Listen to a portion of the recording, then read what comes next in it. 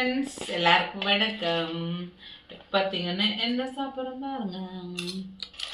பாப்பலாம். இது நானே வறுத்தது தெரியுமா? நல்லா இருக்கா?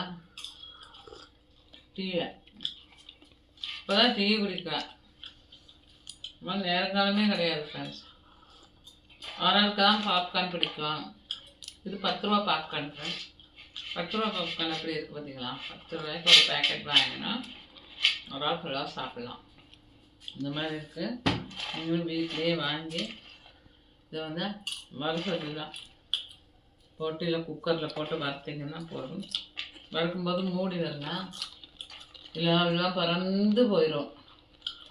அவள் பறந்து போனாலே என்ற மாதிரி அது பறந்து போயிடும்.